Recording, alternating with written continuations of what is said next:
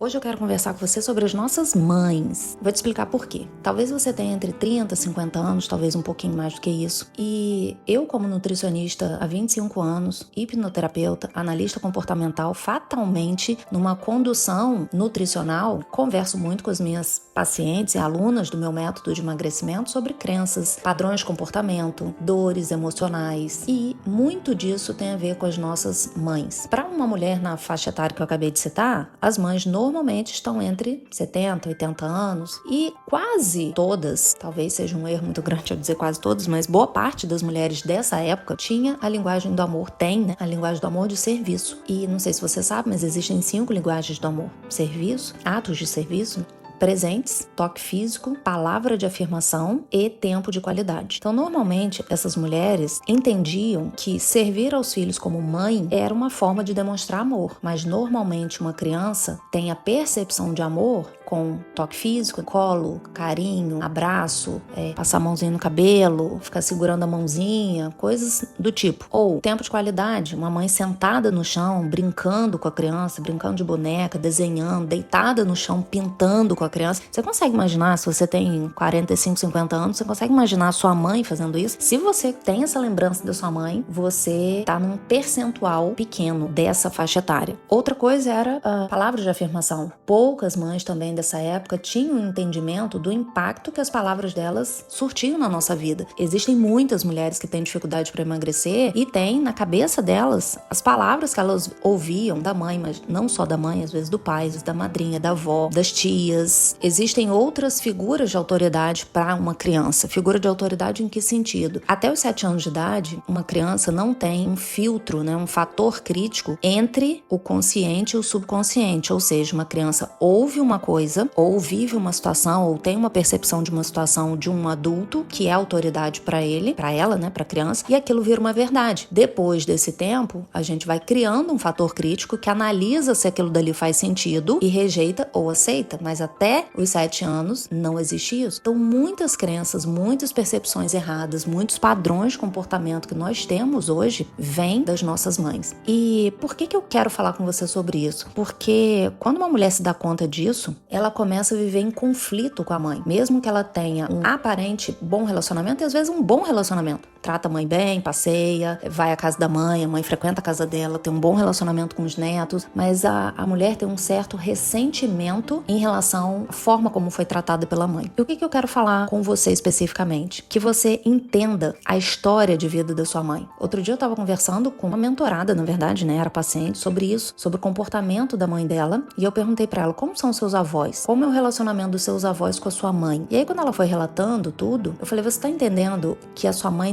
não aprendeu a agir de outra forma? Na cabeça dela, essa forma de agir é normal, tá tudo ok pra ela. Não é o caso dela entender que tá errado e ela não tá nem aí pra isso. Ela é ignorante nesse assunto, ela ignora o impacto negativo que isso gera na sua vida, por mais que você fale, ela não entende. A minha mãe, por exemplo, falava coisas tipo, qualquer dia minhas coisas vão embora, no dia que eu sumir vocês vão ver. Isso é meio clássico. Eu já ouvi várias outras mulheres da minha idade falando que já ouviram coisas do tipo da mãe. E há um tempo atrás eu falei pra minha mãe, seu horário de chegar do trabalho era entre 5h30 e 6 horas da tarde. Se passasse desse horário, eu abria o seu armário pra ver se eu achava que tava faltando roupa sua, porque eu achava que você podia ter ido embora. E quando eu falei isso pra ela, gente, mas eu falava isso brincando. Eu falei, eu sei, mãe. Hoje eu sei. Depois de adulta eu passei a entender isso, mas quando eu era criança eu não sabia. E óbvio que a minha mãe também não tinha a menor percepção disso. É uma incapacidade da gente realmente enxergar coisas. Hoje pra nós parece óbvio. Talvez pra ela hoje também possa ser óbvio, mas na época não foi, ninguém ensinou isso pra ela. Então, se hoje você tem algum padrão de comportamento, alguma crença que te limita a alcançar certos resultados, se você hoje tem algum tipo de ressentimento, mesmo que ele esteja bem escondidinho dentro de você, que te faça travar em determinadas coisas, para pensar o que sua mãe passou com os avós, o que seus avós passaram, o que foi ensinado pra ela, o que era normal pra ela. A minha mãe, por exemplo, exemplo, perdeu o pai quando ela tinha 5 anos de idade. E nessa circunstância, ela tinha vários irmãos, a mãe não tinha condição de criar aquele monte de filho. E a minha mãe foi morar em outra cidade com a irmã mais velha, na casa de uma outra pessoa, ficou num colégio interno. E por conta de toda essa vivência que a minha mãe tem, ela tem um comportamento que teve comigo quando eu era pequena, eu e meu irmão, e tem até hoje, que durante muito tempo pra mim foi um motivo de ressentimento. Só que quando eu passei por um processo de hipnoterapia, quando eu comecei a fazer uma análise comportamental das pessoas, aprender sobre isso, olhar a história de vida da pessoa e entender que uma pessoa age de acordo com o que ela aprendeu, tudo mudou. Eu mudei o que aquelas atitudes da minha mãe significavam pra mim. Antes significava uma negligência,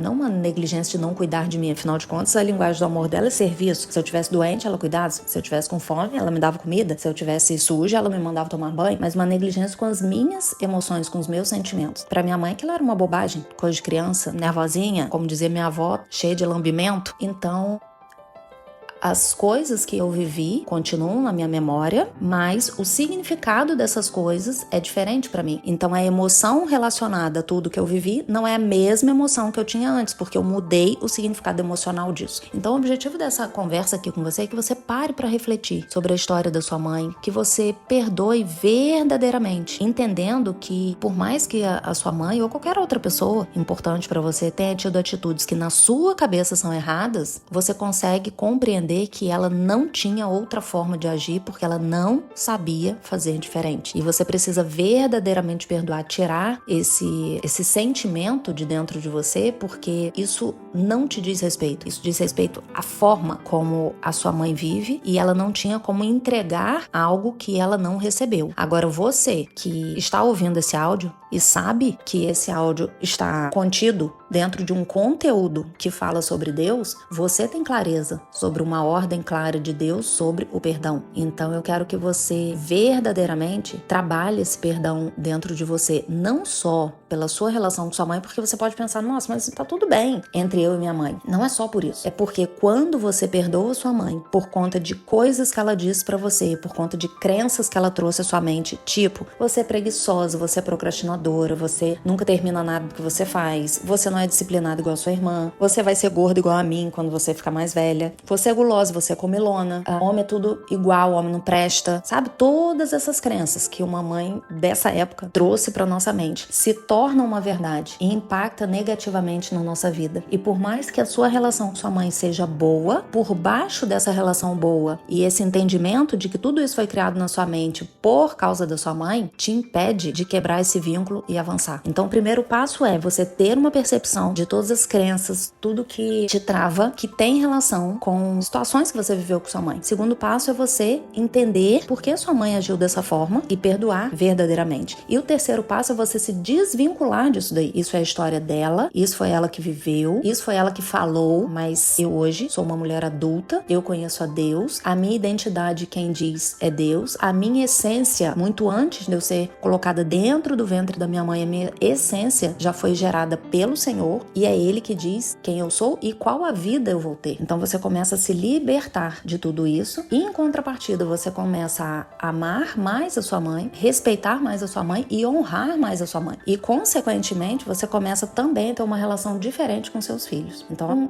pacote completo de coisas. Então era isso que eu queria trazer pra você, porque na noite passada quando eu fui dormir eu falei pra Deus assim, Senhor, trabalha no meu coração durante o sono, traz pra mim uma revelação que o Senhor nunca trouxe, algo diferente, algo novo que vai mudar de uma maneira muito significativa a minha vida. E Deus trouxe uma percepção exatamente sobre a minha mãe, sobre algo que é bem relevante na nossa história. E algo assim que eu já tinha tido essa percepção, já sabia disso. Se eu compartilhar com alguém, alguém vai falar, ó, que coisa, você já sabia disso, como uma mulher adulta você já sabia. Mas se eu pedir a Deus que trouxesse algo relevante e foi isso que Ele trouxe ao meu coração de uma forma um pouco mais profunda do que eu já conhecia, significa que eu preciso trabalhar mais nisso, aprofundar mais nessa entrega que Ele trouxe pra mim, honrar mais ainda minha mãe. E Ele trouxe também ao meu coração, honre a sua mãe publicamente por isso. Então, quando a gente coloca o nosso coração diante de Deus, quando a gente pede pra Ele revelar coisas pra nós e Ele faz, a gente precisa dar todos os passos, né? Trazer a realidade realidade tudo isso que ele trouxe para nós de forma espiritual. Ele trouxe espiritualmente e eu vou colocar como uma prática no mundo natural. E automaticamente o mundo espiritual se move em favor daquele passo que eu dei. Então, agora eu vou encerrar de verdade. Isso era o que eu queria compartilhar com você hoje. Um beijo.